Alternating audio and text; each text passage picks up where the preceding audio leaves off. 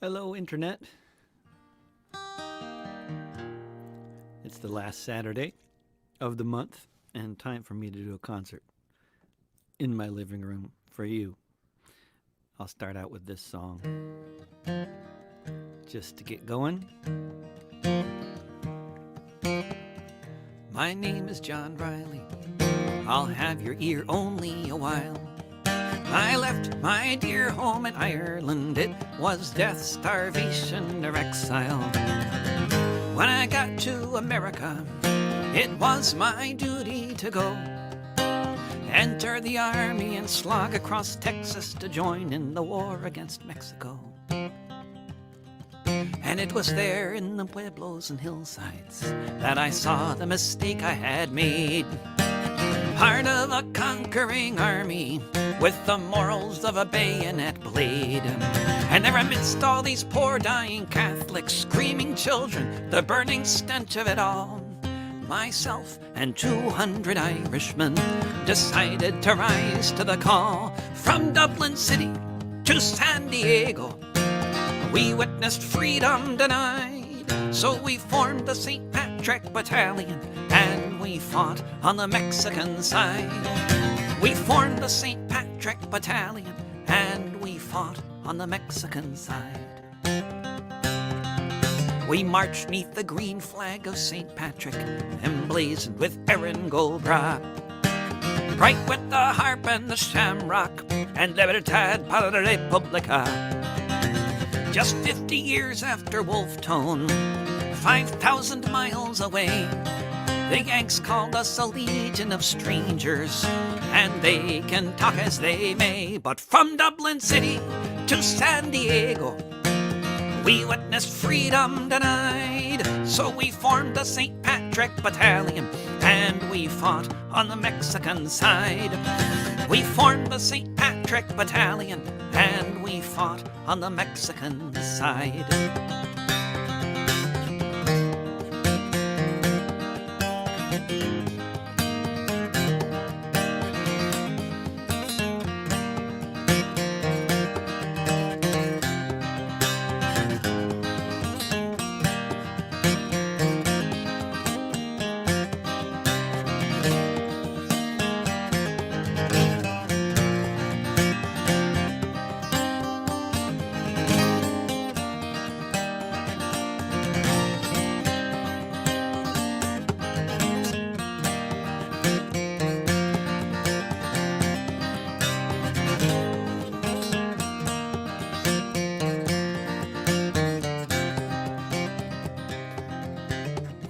Them in 5 major battles. Churubusco was the last. Overwhelmed by the cannons from Boston, we fell after each mortar blast. Most of us died on that hillside in the service of the Mexican state. So far from our occupied homeland, we were heroes and victims of fate. From Dublin City to San Diego, we witnessed freedom denied. So we formed the St. Patrick Battalion and we fought on the Mexican side. From Dublin City to San Diego, we witnessed freedom denied. So we formed the St. Patrick Battalion and we fought on the Mexican side. We formed the St. Patrick Battalion and we fought on the Mexican side. One of the nice things about not touring is I never get tired of singing that song because I used to sing it just about every night, you know. Oh, and somebody says, your outdoor protest show was amazing last night. Very inspiring work. It was so fun. It was so fun playing downtown in front of Ted Wheeler's condo for him and his neighbors. And it was a really wonderful event. I mean, we took over the streets. It was a reclaim the streets kind of action, and people locked down in the lobby of his condo, and it was very good. Yeah, and there was live music, which was my favorite part about it. Great hip hop, great punk rock, and performers in wonderful outfits. I just thought I'd start with that song that I wrote 20 years ago. And here's a song I wrote just a couple days ago.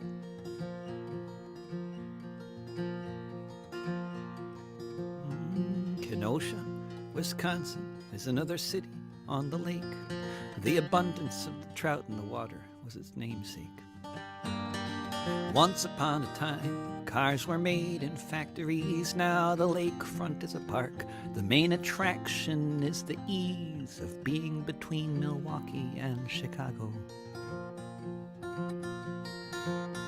In the city of Kenosha lives a man named Jacob Blake, due east of Minnesota, from the river to the lake. 7 bullets from the cops just for trying to drive away. If you're black, that's what happens if you dare to disobey.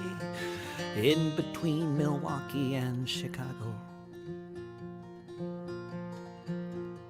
the city of Kenosha erupted right on cue. Police station torched. Folks did what they had to do to have a chance of being heard after all these centuries of festering wounds that keep opening up, of necks and knees in between Milwaukee and Chicago.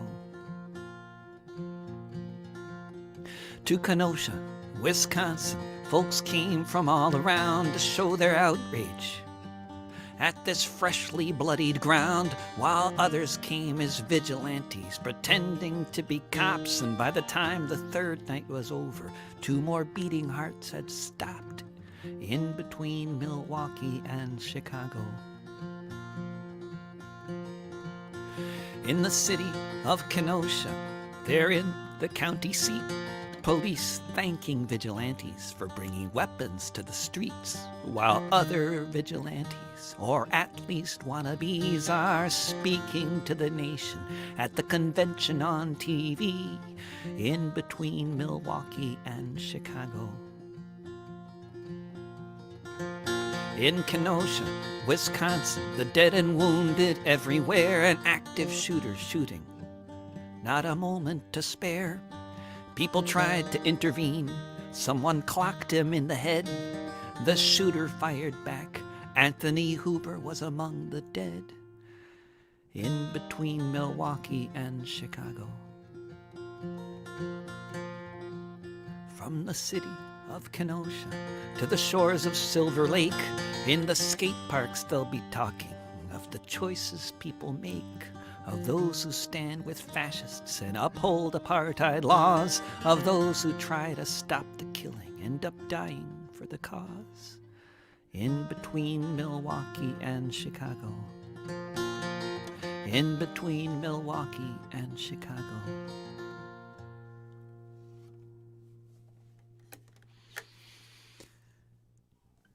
We have folks washing from Chiapas, Mexico, and Australia. In Australia, it's early in the morning. And this is kind of a... Now, what am I doing here? My lyrics are all outsourced to a device, along with much of my brain. But I wrote another song actually the day before I wrote that song.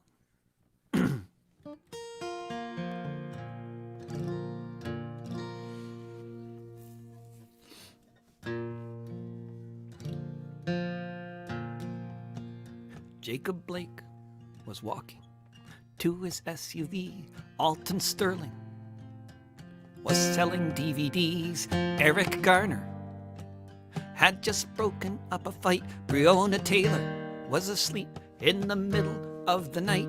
Tamir Rice was playing in the park. Elijah McClain was out walking after dark. Dominique Clayton was sleeping in her bed where she was shot by a cop in the back of her head. Say their names.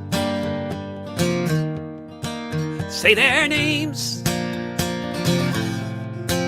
Say their names. say their names. Walter Scott was driving to a store. Betty Jones was answering her door. Philando Castile was driving home with his girlfriend. Anthony Hill was naked on the grass when he met his end. Edsel Ford was walking in his neighborhood. Michael Brown was blown away just standing where he stood. Kendra James was shot to death at a traffic stop by yet another unaccountable killer cop. Say their names. Say their names. Say their names. Say their names. Atiana Jefferson was playing a video game with her little nephew. Gunned down just the same. Oscar Grant was celebrating the new year, handcuffed when the shots rang out that everyone could hear. Eric Reason pulled into a parking spot. Not long after that was when he was shot. George Floyd was just shopping in a store. Micah Xavier Johnson thought that he was still at war. Say their names. Say their names. Say their names. Say their names.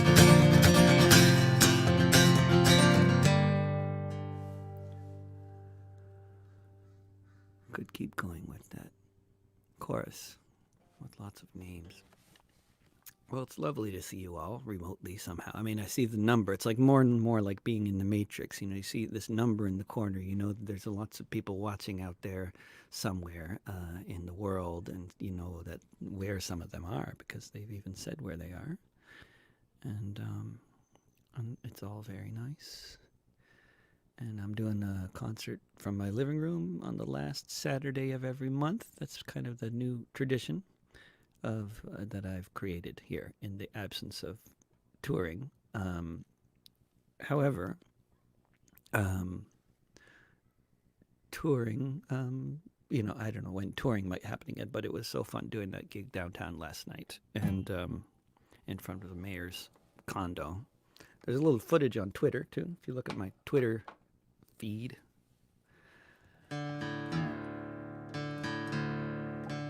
We'll change tunings here, just for variety.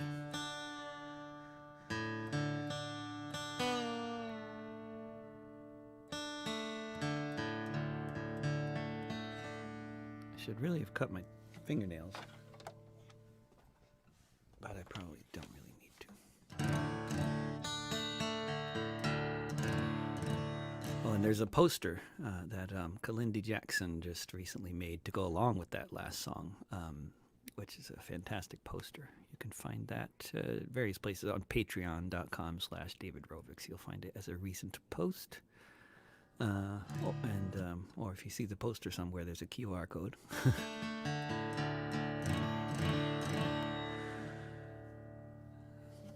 Let's see here. I'm just looking at my songs here in alphabetical order.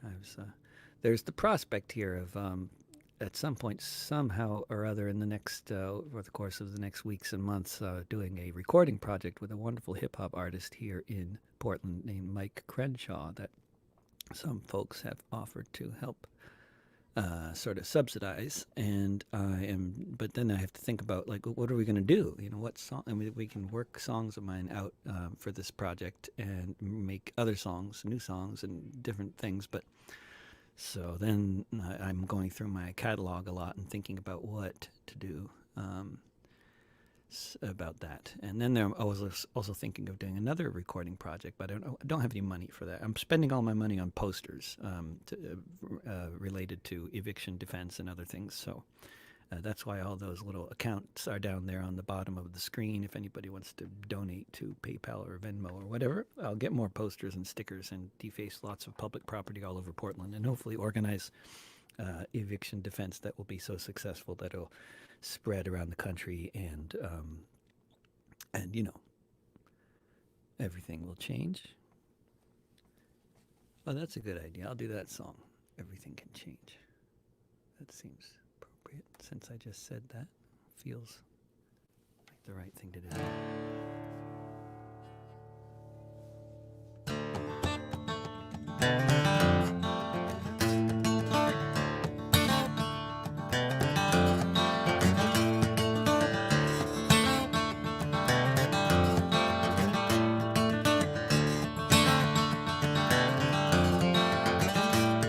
First, you have to have a problem. That part isn't hard. Second step is everybody realizing they're like you. They're holding the same cards. Step 3 is finding there's a tactic when everyone believes it could be true. That if all the people work collectively, there just might be something we can do, and everything can change. So quick.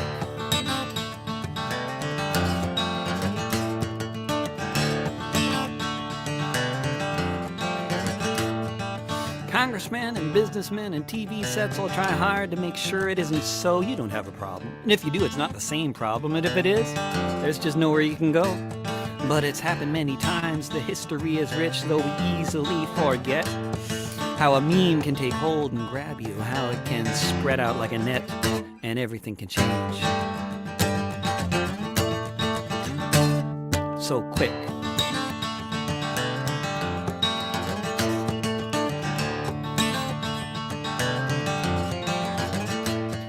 They'll say we're lost or we're dreaming, or they'll make a dream for us. They'll try to come up with a good story about why we belong at the back of the bus, about why we belong in this position, about how we don't know what we meant, about how there most certainly isn't any such thing as the 99%, but everything can change.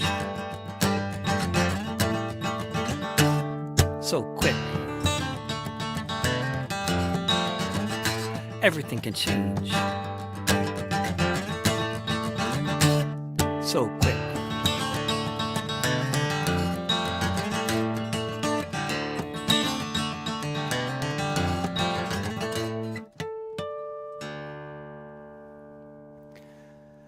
At the protest last night, there were folks I knew from 20 years ago from global justice protests, and other folks I recognized from Occupy Wall Street protests, and they were just all out on the street, all kinds of new folks, teenagers, all kinds of teenagers with the Youth Liberation Front, who all know the chorus to Burn It Down.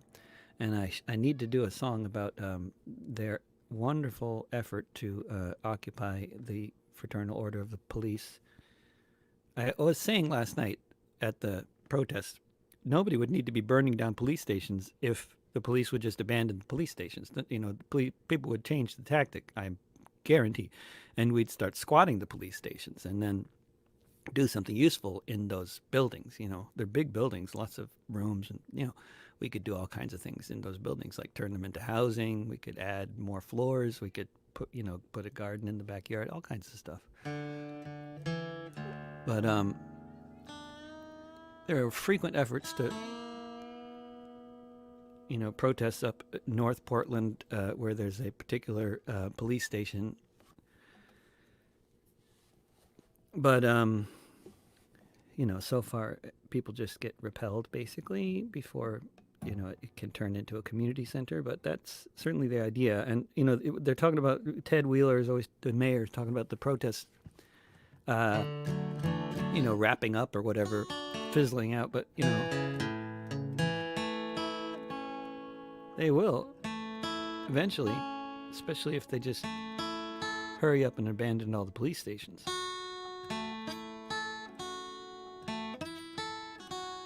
We don't need them. There's a lot of other ways to deal with any kind of problems that come up. But that's not what the cops are there for.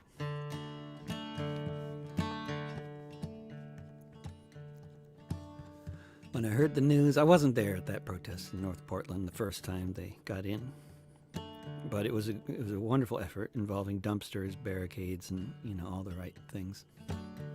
Just didn't, Problem is, as Sartre said, the problem with football, what did he say? That the football is made infinitely more complex by the existence of the opposing team, and that's especially true if the opposing team are riot cops. I was at home with the kids when I woke up at 5 a.m.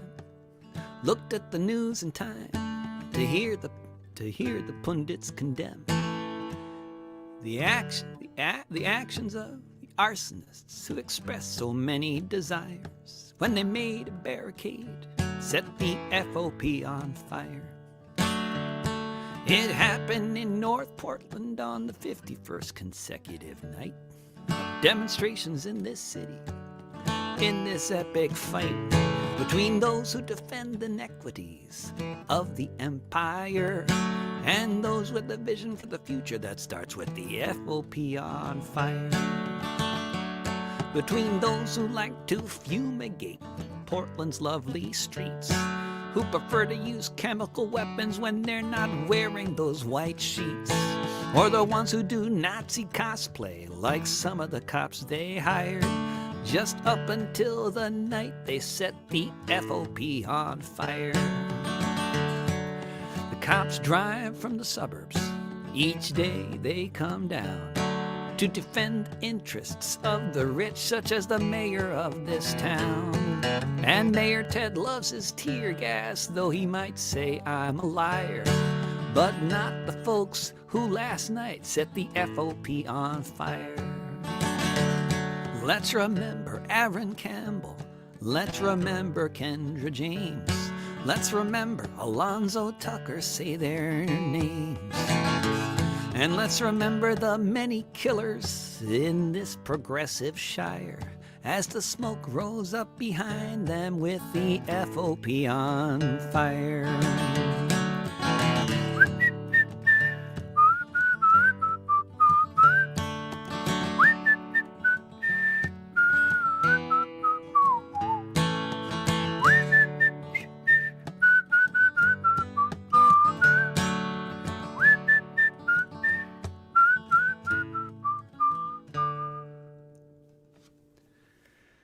That's for the Youth Liberation Front folks who requested that I sing that song last night, but then on a secret encrypted message. I love encrypted messages. I more and more love encrypted messages. And apparently the first encrypted message I ever got, I think, that I know of, and I signed on to Signal. All the cool folks are on Signal, as you know. But, watching with Lee Brickley. Hi, Lee Brickley. Wonderful. Speak of the devil, I was just going to do a song that is very related to Lee Brickley, who has written other songs of his own on this very subject, really good ones. But last night, I ran into, sometimes everybody's wearing masks, so you which is normally true of a lot of my friends, actually. Even when there's not a pandemic. And, but somebody mentioned that one of the most intelligent young people I've met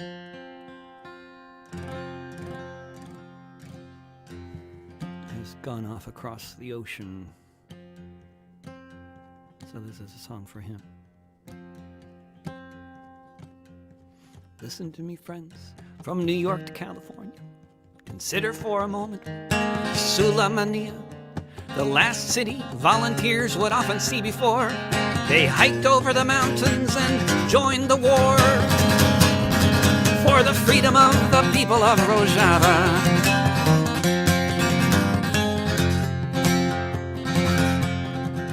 The enclave defended by RPGs and guns, wielded by Rojava's daughters and sons, along with scores of those who've come from far and near, learned to fire mortars so they could fight right here for the freedom of the people of Rojava.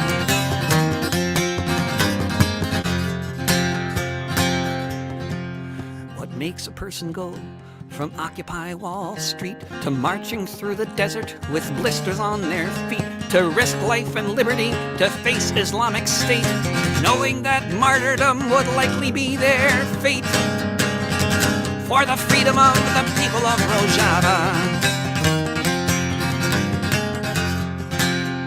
Something worth defending isn't hard to find, but not many will go off and leave their homes behind to go train on the mountain with the YPG, to go join somebody's struggle and its solidarity for the freedom of the people of Rojava. The blood of many folk has been spilled along the way, including several radicals from the USA. So remember Robert Grote and Michael Israel, Paolo Todd, Jordan McTaggart, how they lived and how they fell for the freedom of the people of Rojava, for the freedom of the people of Rojava, for the freedom of the people of Rojava.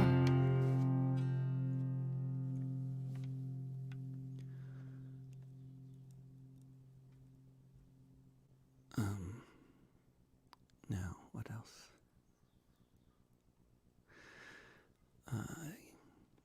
We still have to work on the sporting event simulate. And all the sporting events, they're piping in audience applause. I don't know. No, we don't need that. Pedro Silva, is there a record of this song? Rojava, yes, it's called Rojava, and it is on the album called Punk Baroque. I'm going on memory. Is that true? Is it on Punk Baroque? I think so. But if you just look up David Rovick's Rojava, it'll come up. Useful things about having an unusual last name. It's not hard to find anything you're looking for if you put my name and anything else you're looking for. Which I've discovered doing interviews. I do interviews. I'm cutting down to just Tuesdays and Wednesdays at 10 a.m. Pacific every Tuesday and Wednesday. Tuesdays it's Fifth Estate Live. And I've discovered... What have I discovered?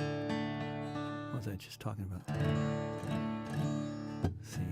It's a good thing about having your lyrics in front of you. You don't have to remember words, and if you can remember the music, that helps. But good thing I'm not giving a lecture. Now, what was I thinking about? What I'm giving? Oh, brain fart. Right, live on the internet. Names. Was that it? Kamala's trying to help, but names.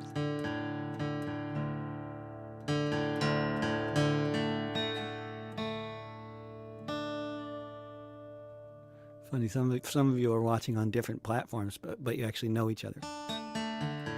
There's Sean McNally in Belfast. So, yeah, let's see. That's possible. I have this one opened up, though. This is a song I just wrote. What? I think, was it since? No, maybe it was before the last time I did a concert on the internet. I can't remember. But going to that protest made me feel so optimistic.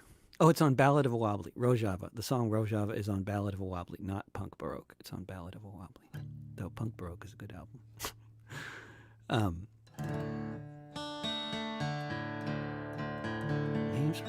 Now I can't even remember what it was I forgot. That's pretty bad. I don't think it's early amnesia, but I can't blame it on tear gas.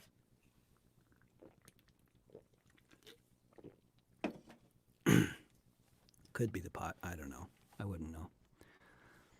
Aberdeen. Wonderful. Aberdeen. Gosh. I mean, just seeing somebody posting something from Aberdeen, it's the more, I get to be in the matrix and, make associations with just images or words or numbers. Aberdeen. I love Aberdeen. I love the weather in Aberdeen. I want to live in Aberdeen. I don't want to live anywhere that ever goes above 80 degrees.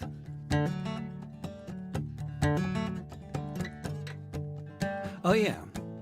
The last time I played, now I'm getting all these cryptic messages. I don't know how much... Oh, okay. Right.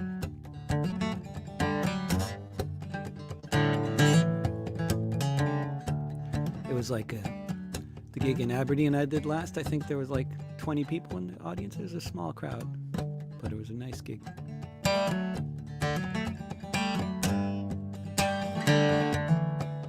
Then we had a really good gig in Glasgow just after.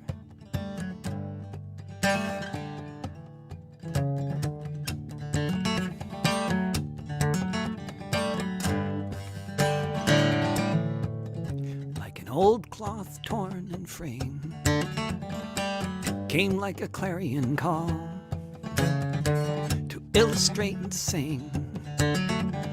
United we stand, divided we fall. A thin veneer torn by disease, shredded the great con laid bare, come from across the seas, now floating in the air like a corpse that's lying exposed, that all of us now can see, all that the cadaver shows about a society.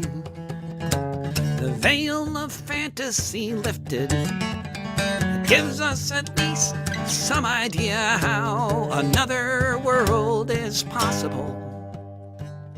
And I can hear her breathing now.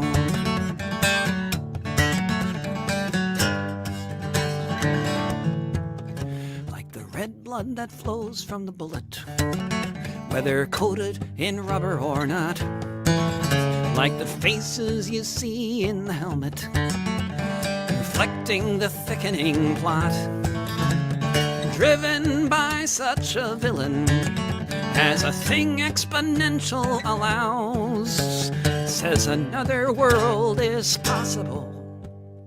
And I can hear her breathing now.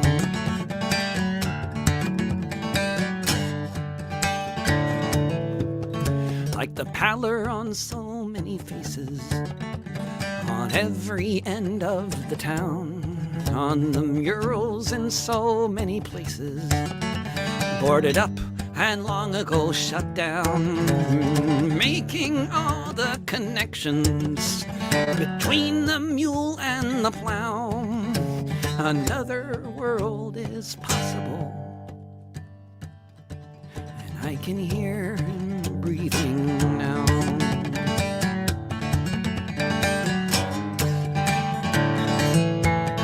Like the smoke rising up coast to coast, with formations that brighten the skies, like Lord Thomas Jefferson's ghost, his victims no longer disguised, as his visage falls into the river, like the skull of an old sacred cow. Another world is possible, and I can hear her breathing now.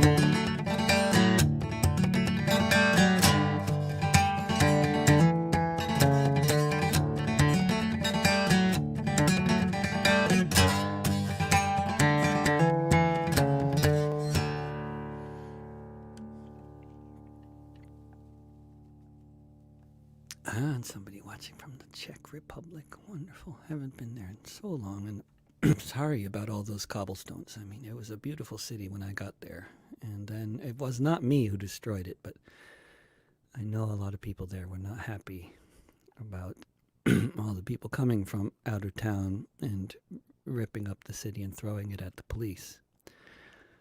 But it was true that, you know, it wasn't our fault that they decided to host the IMF World Bank meetings there. Thinking about that a lot lately, because that last night there's so many folks from back in those days.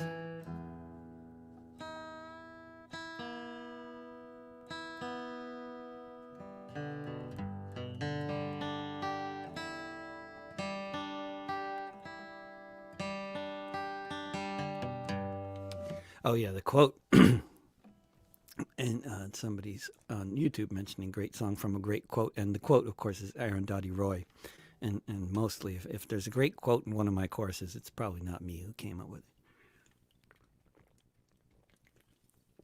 it. That's what plagiarism is for, otherwise known as the folk process. That's its official name. We don't call it plagiarism. We don't believe in that. I mean, not that anybody's accusing me of that, but just to clarify my position on these things. This is a song, and I think, I guess I wrote this last month, so I guess you might have heard it already on this last, did I do this last? See, I don't remember. I should review what my last concert was, but yeah, it was a great night. Which night? Last night? That's good. I love these cryptic comments. They may only be cryptic because I'm confused. But, Brian Wilson, not the one from the Beach Boys, but the other one, he was born on the 4th of July too, I think. As I walk down the streets of this city, see the desperate looks everywhere, the thin voices, the thin faces across this society, the lost and the long-distance stares.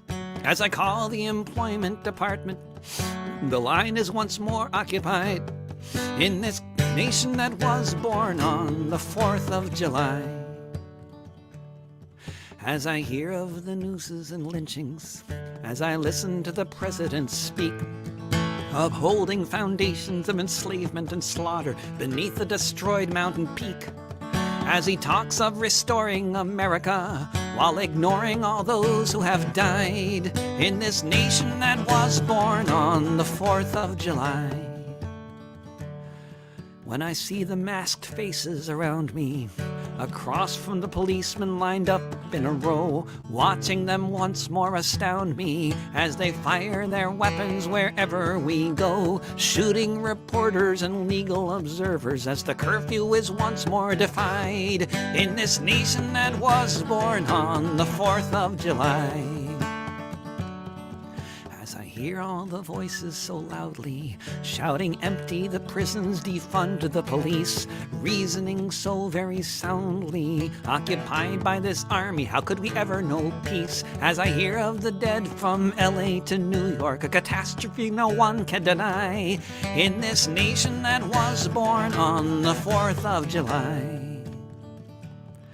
As I survey the wreckage around me, all the boarded up windows of the stores that have closed, as I take in the scene that surrounds me, all the inequities starkly exposed that tug at the roots of this country, which began with a war that was based on a lie when this nation was born on the 4th of July. When this nation was born on the 4th of July.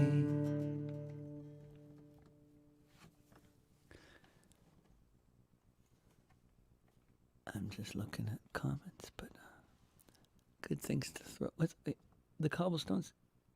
But yeah, the Cobblestones were beautiful, but can't argue that they aren't good things to throw. Yeah, that's the inconvenience. It was the same problem in Rostock too, in Germany, 7 years later. I mean, if a city's going to be made of cobblestones, then and the police are going to be attacking people, then people are going to reach for the cobblestones. I mean, it's only natural. But it is sad, kind of, because I guess nice old cobblestones are kind of hard to come by. You can't just reconstruct a city with old cobblestones that don't get made anymore. I guess you have to then start replacing it with other stuff, boring old modern bricks and stuff. But like that. So, do this one. What key was it?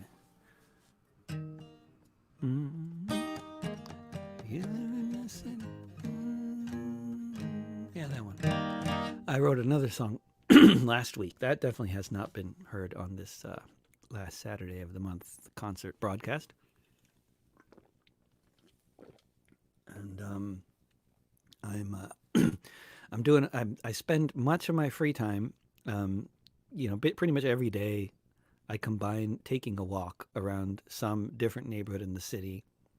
Either just I randomly drive to a neighborhood, or I walk around somewhere, within walking distance, or or if my wife Reiko is playing tennis somewhere, I just tag along with her wherever she's going to play tennis, because it's conveniently like in a different part of Portland every time the tennis team folks are getting together.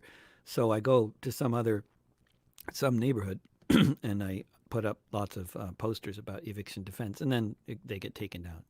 Many of them. Some of them don't. Some of them stay up for a long time. But it's especially the case that in the United States right now, I believe, according to the last thing I read in some business press publication, that, in case you didn't know, rental housing in the U.S., according to the people that classify these things, whoever they are, they classify it in different categories, category A, B, and C. And Class C rental housing is, I believe, like basically the kind of apartment that we live in, which is just to say it's like, kind of the cheaper kind of, apartment that the sort of, lower, elements, the working class, whatever, not a fancy place, right? And made of wood, low ceilings, lots of mold, that kind of thing. So, rugs that have mold underneath them, that kind of thing. So, which is very typical, right? So the Class C apartment. So of the people who are in rental housing, generally, it's like 1 out of 5 who didn't pay their rent last month, and that's been true of many months recently. But of those in Class C apartments, it's like 2/3. So that's why they're all very worried. They should be, the elite. But it's a great time to organize the rent strike and change the world. So that's why I put up these posters. But I often go to neighborhoods in East Portland, further east. Like, I'm in East Portland, but I go out to further East Portland where things, because the further east you go, the rattier everything gets, and in terms of maintenance and fewer trees, fewer parks, more parking lots, bigger roads, fewer sidewalks, more traffic deaths, more pedestrians hit by cars. Just everything decays. Basically, it's not like a consistent kind of city. It's like it really varies by the neighborhood. The politicians all live on the west side, pretty much, where things are better, and where people have more money. But I go out to the outer east, where things are really poorer. And that's where I put up the posters, because I think that's where the revolution here is going to start.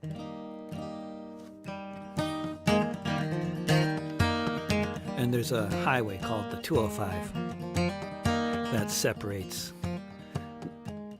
what you could call, I don't know, it's sort of like, they call it, like, we're in, I guess, what they call inner southeast, like 35 blocks from downtown. And then once you get over to, like, the 82nd around it, that, I guess they call that, I don't know, outer. I don't know where it's like outer and inner, but there's sort of the far outer is the 205 separates basically inner from outer southeast.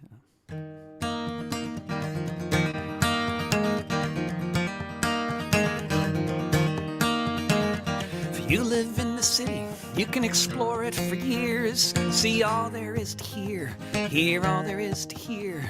A decade might pass by before you'd ever deign, if you're driving down the highway, to take an exit lane that doesn't bring you to the airport or Multnomah Falls, but to the neighborhoods along the way with the rotting walls. Go on, park your car, take a walk when you arrive east of the 205. If you live in the city, you might have sampled all the wine. You've been to Salt and Straw and Pock, waited patiently in line. Gone to every strip club you ever heard about. Tried all of the espresso, all the porter, all the stout, without ever having reason to cross that road, beyond which so many are crushed beneath the load, where you can meet a lot of folks just trying to survive east of the 205.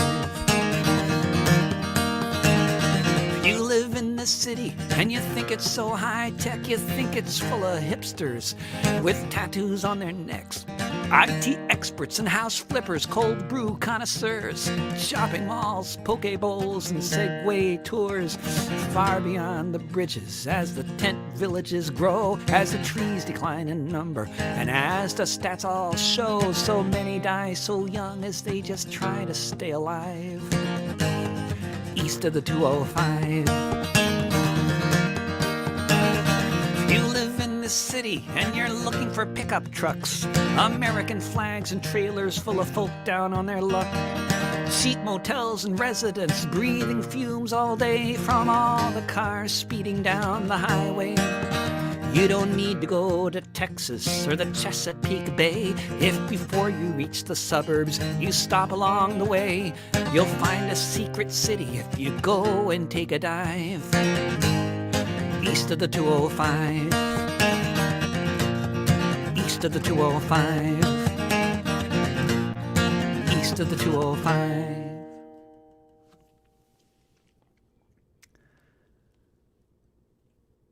And now let's see. Let's see here. Oh, I can scrolling here, which is an especially annoying thing to do when if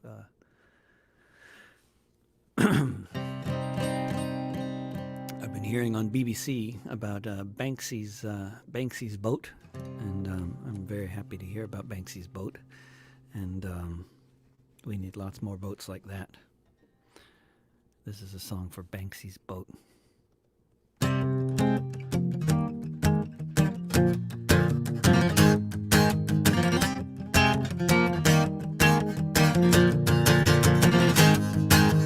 I breathe the air that you do.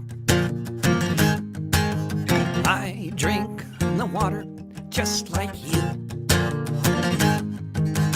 I eat the fruits of this land.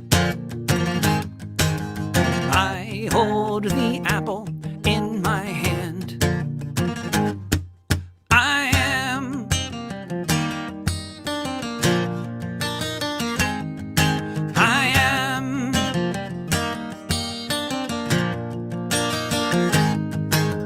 I feel the rain fall on my face, like the rest of the human race. I hold my baby tightly when he cries. I see him when I look into his eyes. I am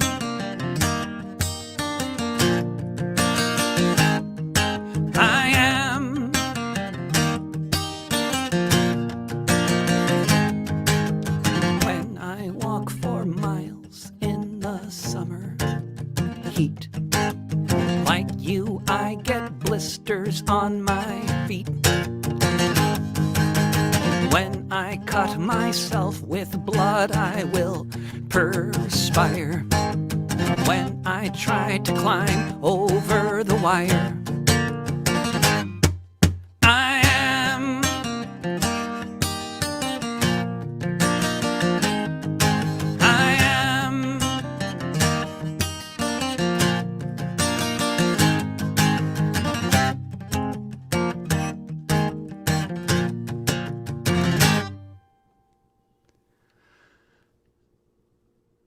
And I think last time when I was scrolling through stuff, I only got up to like M or something, so I was going to do other things. But here's another one that's very recent today. I'm inspired to do songs about very recent things because I sang at that wonderful protest last night, and so I'm wanting to do songs that I would have sung at the protest if the sound system had sounded good enough to bother doing anything other than, loud, bangy kind of songs. And if I had a, longer set, because obviously you can only do so many songs when you got 20 minutes. But, oh good, I'm glad somebody found out about Banksy's boat from me. Good. It's a really nice, if you're going to have a boat to rescue refugees, it should be covered in really wonderful artwork. Why the heck not? What song was that? That last one, that was called, it's either called I Am or Song for a Refugee, depending on where you might look. And I think it's on the album Punk Baroque. Is that right? I think it's on Punk Baroque. If they defunded the police, what would we do?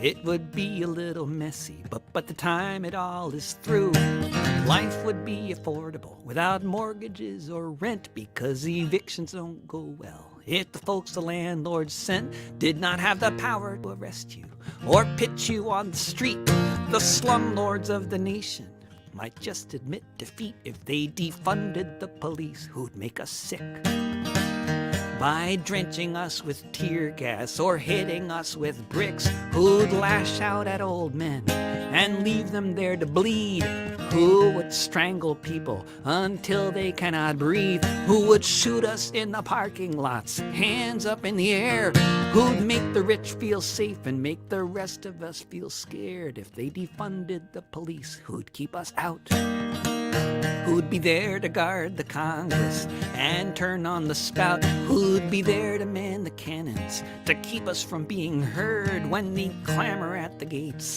to shred the sacred words of the overseers of America who have for so long run this land. Let's just imagine for a moment, what if they accepted our demands, if they defunded the police?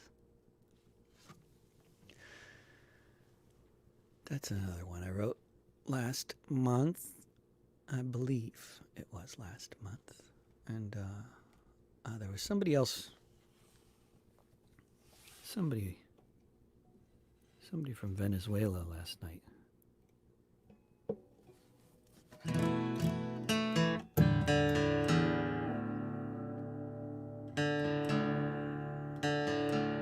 And this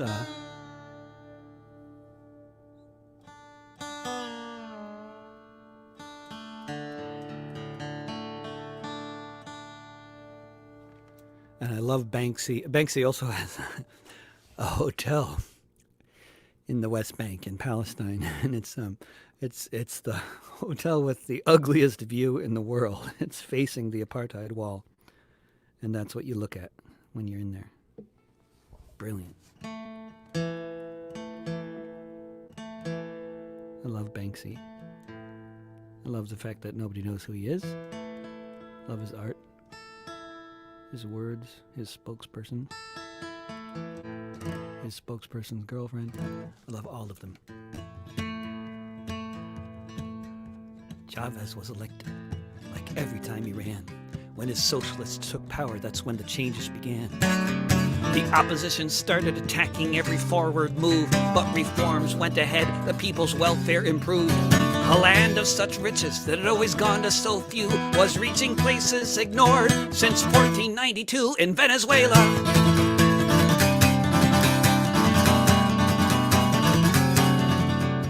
Millions poured into the streets to stop the coup back then. They got the man that they elected back into power again.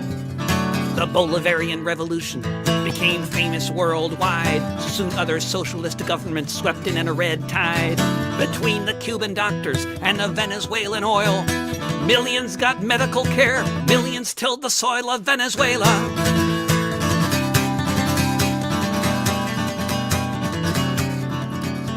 Bush began the sanctions, Obama imposed more, a slow-burning, destabilizing economic war. Following the formula of the Chicago Boys team, used in many places to make economies scream. Oil prices plummeted, foreign holdings locked, invasions being planned, negotiations blocked in Venezuela.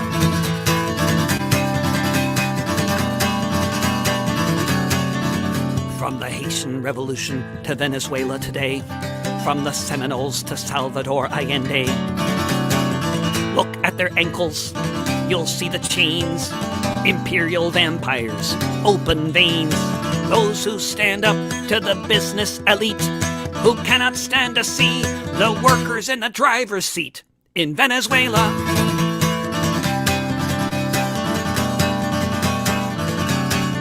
In Venezuela.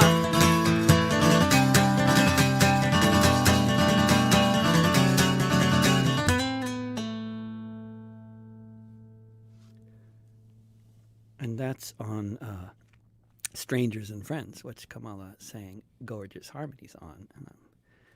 And that's easy to remember because she's watching, and we just made that album last fall. And just scrolling through these for songs that I was looking at that I thought I particularly wanted to do today.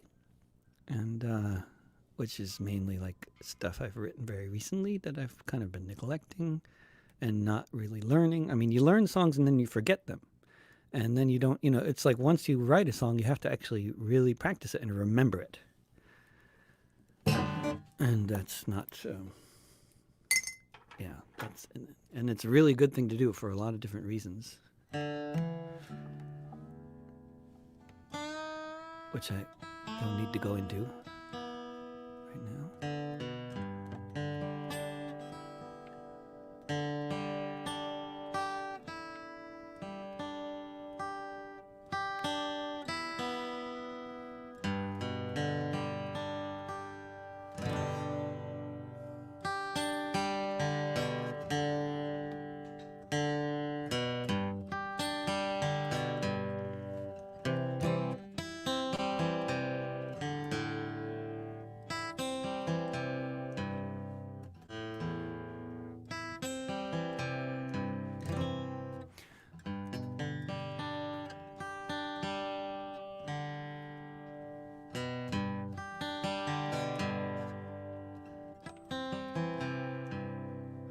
So I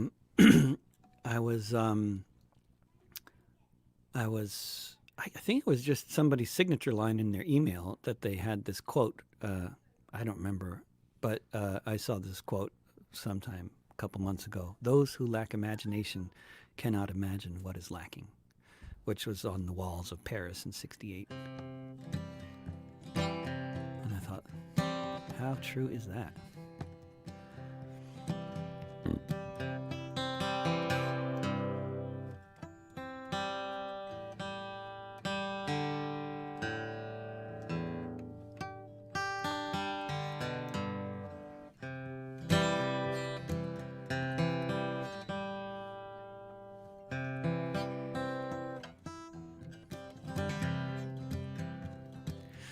At moments like these, everything is in the air. The possibilities are nowhere and everywhere. You gotta break a bone to set it. Now all yar's broke. A lot of folks are saying it's time to be woke. And they're not talking about microaggressions, but the really big ones. The basic assumptions, like planets circling suns, but there are no natural laws that built your mansions or your tents. These are creations of society, just like mortgages and rent. It's a future of uncertainty, but our liberation can only be as free as our imagination.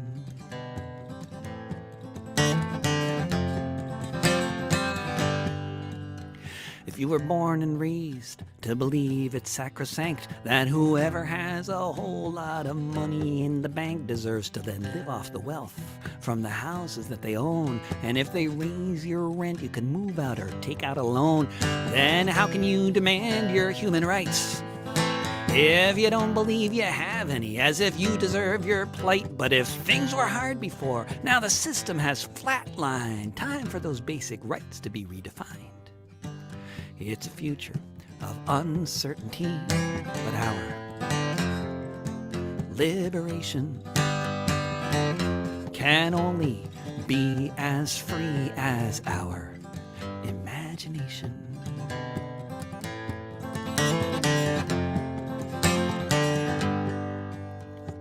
All these vaunted freedoms added to the Constitution as an afterthought after Shays' Rebellion did not include the right to land or the right to eat or the right for human beings not to be dying on the street. It's moments like these, standing on the edge, that we might catch the strongest breeze to land furthest from the ledge. We can fly, you know. All you need is wings. We can house and feed each other. Together we can do anything. It's a future of uncertainty, but our liberation can only be as free as our imagination.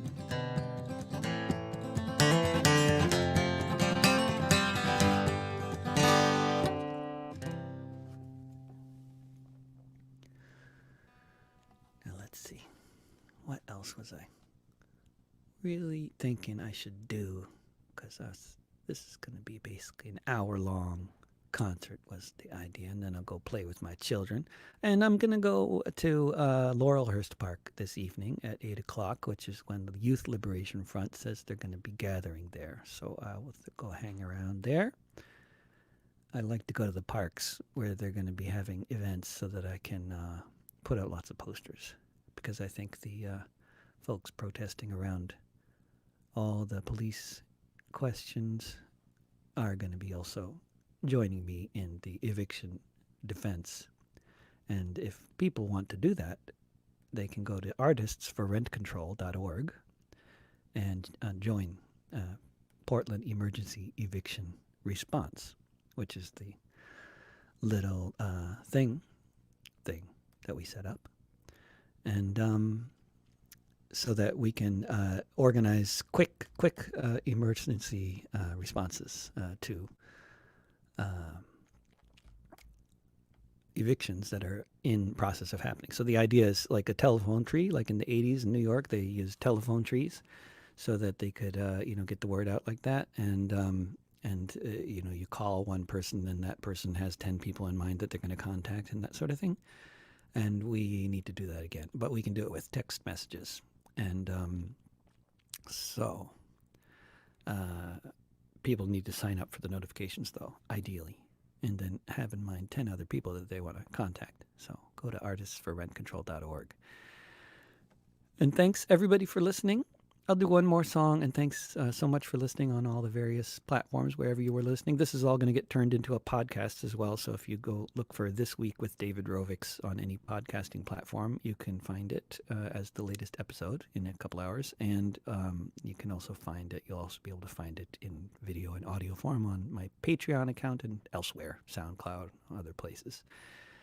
And if you want to support the arts and support my ability to keep on making lots of cardstock color copies and putting them all over town, it's actually very expensive, and I could really use some assistance in that, because I also have other expenses like rent and food and that sort of thing, although we're putting our rent in savings because we're on rent strike. But still, we're not stupid. We are not just not paying rent. We're, saving that money because we actually don't want to get evicted. Although I think we can really turn this thing around with eviction defense. There's a lot of good history on that. I've been doing a lot of interviews with people who are very knowledgeable about these things, in case you want to listen to anything, like especially the last one with Henry Bell, who wrote a book about Red Clydeside and John McLean and the whole Mrs. Barber's Army and the whole rent strike, and which they got a rent freeze throughout the UK in 1919, freezing rent at 1914 level. So it just actually involved a big decrease in rent. And there's been all sorts of other activities. But I was interviewing a bunch of folks who were very much involved with the movement in the 80s around rent strikes and squatting and stuff in New York City. And that's definitely worth checking out some of those interviews with folks like Seth Tabachman, Bill Weinberg, and Frank Morales, those 3 interviews. Lots of information about these whole things, these tactics. But yeah, go to artistsforrentcontrol.org, join Peer, and if you can support my efforts, then sign on to my Patreon account, and so I can make more copies of these posters and eat at the same time. And I'll close with a little public service announcement. Wear a mask for any task, especially if you're indoors or there's not much space from my face to yours. If you care, then you wear a barrier of some kind between your face and mine. Over time, you will find it's just about as hard as remembering your credit card. Go on strike as you like. But out there on the picket line, keep some space between the signs. Go to the mall, have a ball. But if you're there to shop or loot the place, don't forget to cover your face. Sanitize, sanitize, watch out for spies, watch for spies, undercover cops, provocateurs, divide and conquer connoisseurs. Drive a tank, rob a bank, just make sure you dress appropriately as you walk off with the money. Go downtown, and burn down the police station, but be wise and wash the tear gas from your eyes. Yes, wear a mask.